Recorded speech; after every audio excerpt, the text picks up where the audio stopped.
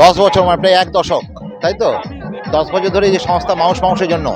তারা এই যে পথশিশু বা সমস্ত যারা পিছিয়ে পড়া শিশু নিয়ে কাজ করছে,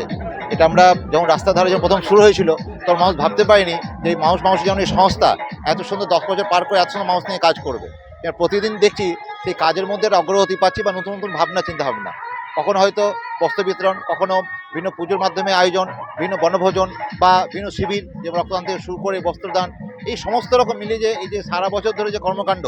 এটা এই ধরনের বিভিন্ন সংস্থা মানুষ মানুষের জন্য বা এর সঙ্গে যারা আরও যারা এনজিও আছে তারা দায়িত্ব নিয়ে কাজ করেন বলেই হয়তো আমাদের কাজটা আরও সহজ হয়ে যায় এবং মানুষের কাছে বা দুস্থ বা গরিব মানুষের সমস্যা বুঝতে পারি এবং তাদের পাশে দাঁড়াতে পারি। আর এটা মানুষ মানুষের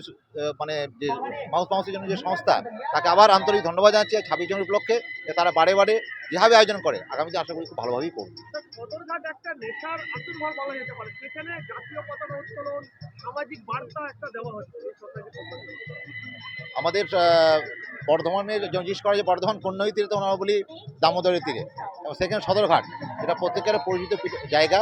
এবং সেইখানে বাচ্চাদেরকে নিয়ে এসে প্রকৃতির মাঝখানে তাদের যে নতুন করে তাদের চেতনা জাগানো, প্রকৃতির প্রতি ভালোবাসা জাগানো, এবং তার সঙ্গে আজকে 26 জন উপলক্ষে এই পতাকা উত্তোলনের মাধ্যমে এই যে